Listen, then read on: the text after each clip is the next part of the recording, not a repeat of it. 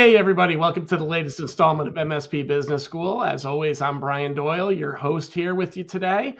And I'm excited about today's episode. I just had an opportunity to speak with our guest that I'll be introducing in just a moment prior to here. And he's got an interesting path to the world of MSP. We know some of the traditional ways there, but it's not often that people take the avenue that he's taken. So I will certainly let him share that with you.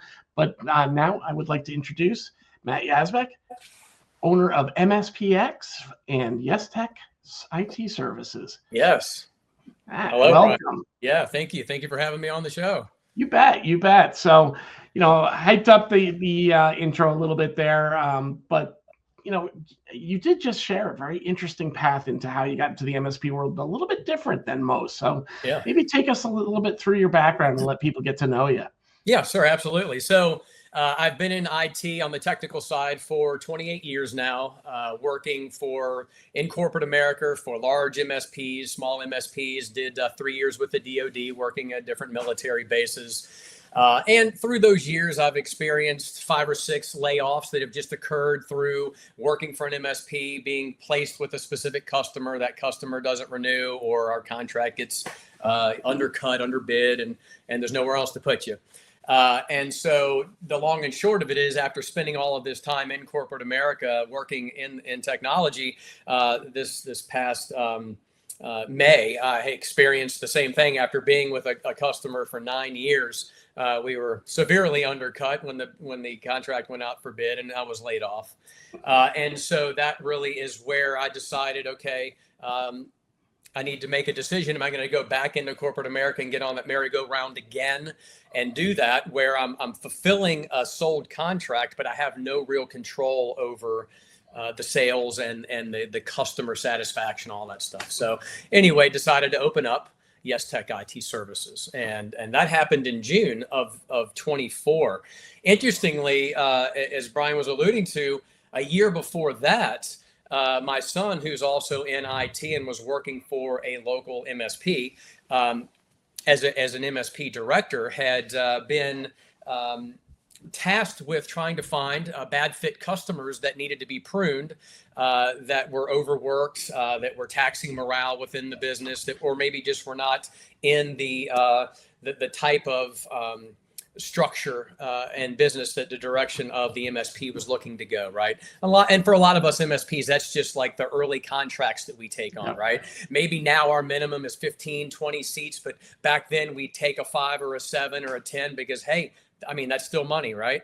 And you're trying to pay bills, but you get 4 or 5 years down the road, you look back and you haven't really been able to bring them along. They're still small, and there's things there. And MSPs can prune a customer for many reasons. It's not just that they're necessarily a bad customer, but a bad fit. So nonetheless, he had identified 5 or 6 or 7 contracts that his company essentially needed to let go of. And so he went to the internet to try to find, surely there's got to be a platform, some way to divest these contracts so that we can monetize them and also do the customer a good service by handing them over to another MSP and feel like we've done the vetting so that the customer is not left out in the cold, right?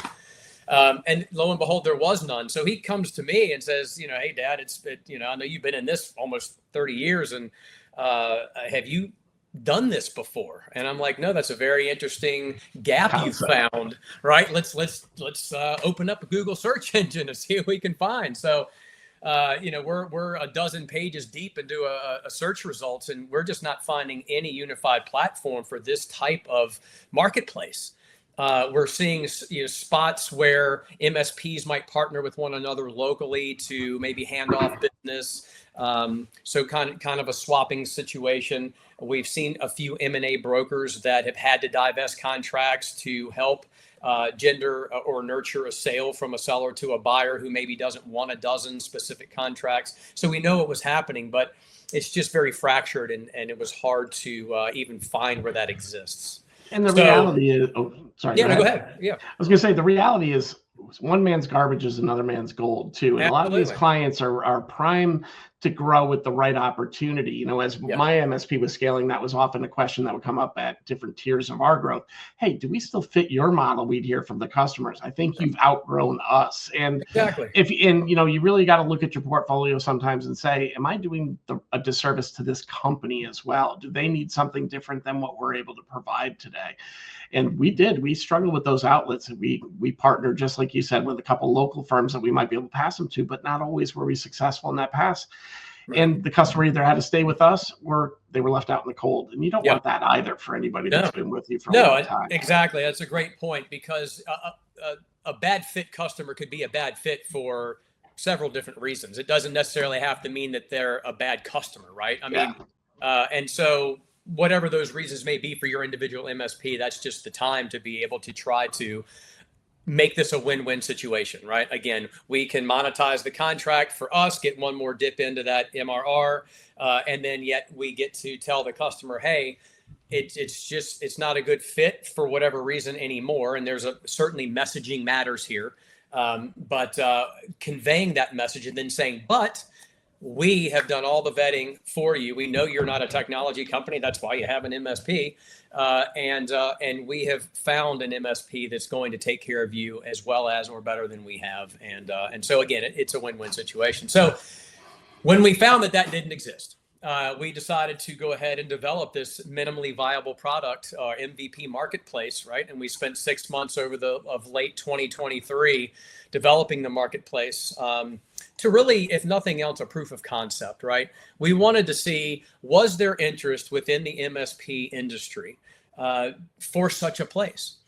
Because we know that cold outreach, warm outreach, all of these sales processes, we're not looking to circumvent those because they are effective. If you have a good sales team and you work this, it works, right? You work the process works. This is just a secondary revenue stream, another place to go to look for contracts that you don't have to maybe spend a 12-month sales cycle on, right? So it is also very attractive to MSPs in that respect, especially because we all know we're all time poor, right? Again, I own Yesteck IT Services. I am a local MSP. I understand the value of time. And if I can, as business development of my business, go to a marketplace where I can potentially not only pick up a single contract, but possibly pick up a bundled book of business or an entire book of business from an MSP that wants to sell and retire, right? And, when you really look on the forums out there and really look at some of the LinkedIn postings and the Facebook groups, there's a ton of junior MSPs that are starving, looking for new ways to bring in prospects, right? And this opportunity to potentially, purchase some contracts that are being divested and bring in those customers, those are usually good building blocks as well. And that's something that I think is innovative in terms of how to potentially acquire customers. I see some of these poor founders start with, cold calling firms that are not in our industry, spending thousands of dollars without very much success. And certainly purchasing a contract directly, it's guaranteed. And two, it's going to get you in the door and moving with that person, recouping that investment very quickly. Absolutely. And for the buyer, we really do try to position, especially that type of buyer, right? Those MSPs that are under 2 million, that are, maybe they've started from a trunk slammer position, right? A single guy in a sprint van, and now they brought on somebody else. Maybe they've got a third person, but they're still growing. They're trying to get to that mark. And yes, for those businesses, for those MSPs, MSPX is very much a growth engine, because it does give you an opportunity to engage some quick contract acquisitions with relatively little time spent doing so. But to bring it back around, so we launched the MVP in January of last year. So January of 2024, the MVP went live. We did zero paid marketing. We posted into a few Facebook groups and some LinkedIn groups. And just within probably the first 4 to 6 months, we had over or close to 200 MSPs that signed up from all over the world. It was really great to see that not only a lot from the East Coast, and we're located in Virginia. So, and I don't know if that had any influence, but certainly we had a lot on the East Coast. We had some Midwest stuff, some West Coast stuff, but we had it. We had the UK, New Zealand, Australia, Philippines. It was really neat to see these MSPs signing up to our platform from all over the world, and it just reinforced the proof of concept that we were looking for, that there is a demand. And so with that, it really strengthened our confidence to start to envision, and with the feedback from these 200 MSPs, of what a version 2.0 would look like, and all that it would need to contain to provide buyer and seller confidence and trust. Because, Brian, that's really what it comes down to when you're on a marketplace and you're trying to buy and sell contracts. Because let's just face it, right?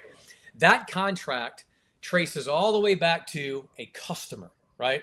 So it's not like I'm selling you gold bullion and you're paying for it and you're getting this you're getting a tangible thing, but it's not sentient, right? So it has no emotion or decision-making capability of its own, right? But with an MSP, with a contract, we know that that's going back to a customer. So there is a hesitancy and a concern there, and a fear of, well, what happens if I engage with this seller and then that customer doesn't transition? And so our marketplace we're putting security features such as escrow back transactions, so that when someone sells and the buyer is engaged, that money doesn't get released to the seller until that customer has been successfully transitioned, right? That definitely beat me to the question I had, which is, where's the buyer protection in this? Exactly. The buyer protection is the seller doesn't get his money until that customer is basically in your PSA, and they've got your RMM and your EDR. They're seated into and under your care. Funds are released. And that just makes sense, and that's fair for everyone. So in terms of a seller, you just have to know that it could be a 30 or 45-day process before you're going to get paid out. But again, that's the confidence and trust that the marketplace needs. We're also going to have a rating system. So you're going to build your reputation as you conduct business on the marketplace. And much like eBay, you're going to have a star rating. Yep. And so if you're an MSP, like I hope everyone will be, that's going to be very forthcoming, transparent, and easy to work with, well, your rating's just going to be great. And so that'll also be another way that MSPs can decide to engage you or not. And really, I think the biggest benefits are going to be our AI-driven risk scoring and contract valuation. So in the contract intake form, it's going to be very thorough and very pointed. So when you're listing a contract, or again, a bundled book of business or an entire book of business, there'll be many questions that you'll be answering as the seller that will then allow our AI engine to be able to calculate a risk score. Okay, so singularly one contract or from a book of business, what does the attrition rate look like? What are the risk factors that are going into the score? And it will be available for you to see in a pop-up fashion. But you'll also get contract valuation, which is huge, because now as the seller, based on all the answers you gave in your intake form, what you can reasonably expect that single contract or that bundled book to go for on the marketplace. And so it's going to be through all of these measures. And I mean, we're in talks with one of the top 10 banks in the nation anyway, that is going to be providing this escrow backed transactions. But even better, Brian, and especially for the smaller MSPs, this bank is also going to be providing revenue-based financing. So if I'm a small two-man show and I'm looking to grow, and I go on the marketplace and I see a bundled book of business, maybe 5, 6, 10 contracts, but that's maybe $75,000, and there's no way I can afford that as a small MSP. Well, the bank that's going to be providing that same escrow back transaction is going to also be offering revenue-based financing. So that's something that's obtainable for you, and it's all unified in one platform. So are they doing that through like a lockbox type process where the invoices actually come to the bank and they get paid out after they take out some, or is it more like a conventional loan? Yeah, so we're talking to this same bank this coming Thursday as well, and we're continuing to go through what that's gonna look What the like. logistics look like? Yeah. Is it gonna be something where every contract will have a button that you can say, apply for financing, or what that looks like? Is it just going to be a portal where you stay on our marketplace and you're really dealing with their back end, or is it something that takes you over? We really want to keep everyone on the marketplace, even if it's just a window that makes you a wrapper that has you feel like you're still on the marketplace, even though you're on the financer's back end. Yep. But yeah, so I can't really answer those questions specifically, but the concept of having revenue-based financing, again, it's another tool. And really the way we look at the marketplace is the marketplace provides tools that partners can't build on their own, and capabilities that MSPs can't replicate alone, right? So we always talk value as MSPs, right? And really what I'm hearing here is it's a value-based approach to potentially expanding your MSP, especially if you're a smaller MSP, as you referenced, right? And putting the tools that a lot of those folks don't even know where to start with. And that is a really big, important part of it, right? Yeah. We talked as we were warming up our call today about the fact that a lot of our industry is technical founders, people that found their way into business, not expecting to be business people, the accidental entrepreneur. Yeah. So a lot of those things that you would learn in business school, as an example, are mysteries to a technical founder. And the more as an ecosystem we can bring them the tools that they need to solve these problems without them having to do the research, because they're already carrying the heavy weight. Absolutely. Just doing the service delivery they have to do to their clients. The more we can, the more we reinforce why we're all here as vendors in the community. Yeah, exactly. And again, I mean, we know every small MSP is wearing a dozen hats, right? Oh. And again, while you're not going to take off the business development hat, it is going to be, it's going to weigh less because now you have a marketplace that you can go to and really have some value add there. And it's going to save you some time. Hey, what MSP isn't time poor, right? Right. And so anywhere that you can take back some minutes where you can bring in some additional revenue, and it didn't have to cost you a lot of time, all the better. Perfect. So, we're moving along here. We're getting near the end of our time. Maybe tell us about a particular success that you've had either on your MSP journey or here with MSPX that you think would be worthy of sharing with the community and might help other MSPs solve the same problem. Yeah. Well, I will say that I'm in the same boat that you had mentioned, where yes, I spent 28 years on the technical side. Now all of a sudden, hey, look, I'm a business owner. Thankfully, I did start my career in insurance, right? My father owned his own insurance agency. So I spent the first several years out of high school selling long-term care, Medicare supplements to the senior market. So I have, thankfully, an affable personality, and I can really lean in and bring some energy into a room, and so that really had served me well all through my technical time.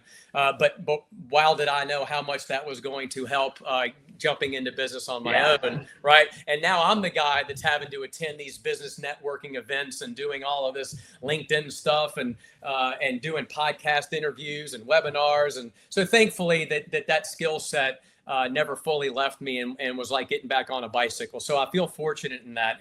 And for MSP, I mean, for my MSP, Yesteck, I guess one of the big successes is just the relationships that I was able to build in those 28 years on the tech side. And two of our biggest customers today are because of those relationships in the past.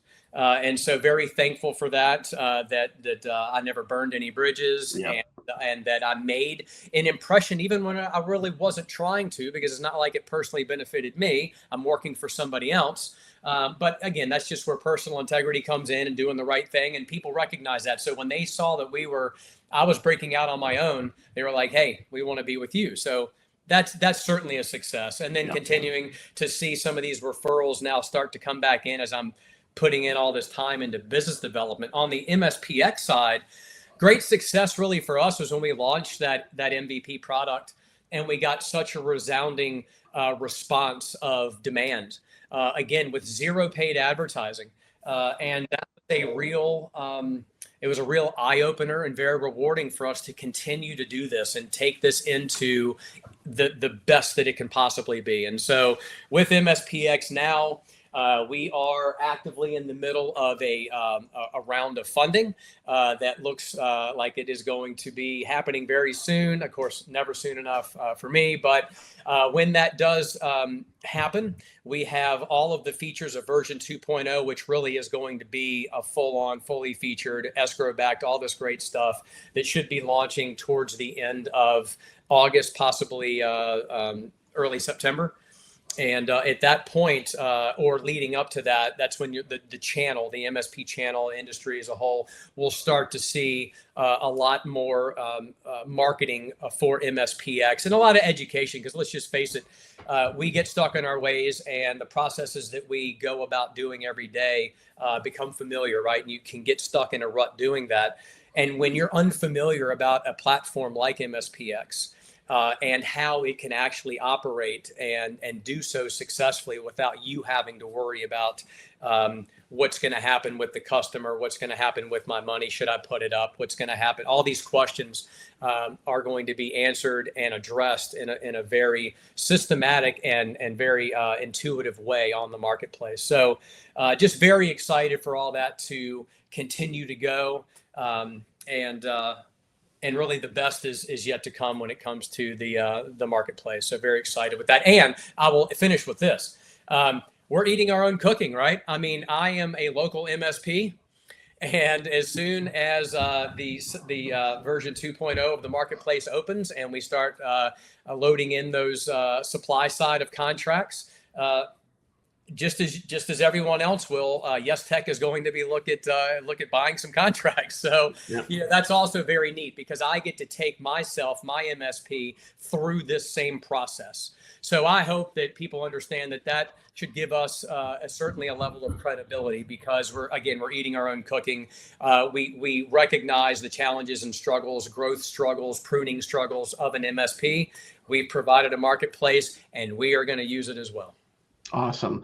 Well, with that being said, I've posted up the MSPX URL a couple times. One last time, I'll post it up for those that are watching on YouTube so you can see it. Visit mspx.store and learn a little bit more about what Matt's got going on there. Also, if you want to connect with Matt directly, his LinkedIn is right here in the window. For those that are listening on the podcast, that'll, of course, be in the show notes as well. And, I suggest connecting with Matt. That's how we found each other, was out on LinkedIn. So, definitely get out there. Matt, I want to thank you for joining me today. Really appreciate what you're doing both here and for the industry as a whole. And I wish you the best with MSPX and, of course, Yesteck as well. But, definitely an innovative approach to putting people together and innovating approach to protecting buyers, too, because I think that's a big question that comes in these kind of arrangements. Yeah. Well, thank you for your time, Brian. Certainly wanted to just, again, bolstering the community together. Rising tide, right? Floats all boats. That's it. That's it. So thank you so much for your time, for allowing me to share this with your audience. Very appreciated. You bet. And listeners, as you know, you can get this podcast anywhere that you listen to your podcasts. And we are also up on YouTube. So smash that bell, be a subscriber, and get notified every time we have a new episode. Matt, I'd like to thank you for joining us today, and I will see you out there again soon. Yes, sir. Thank you.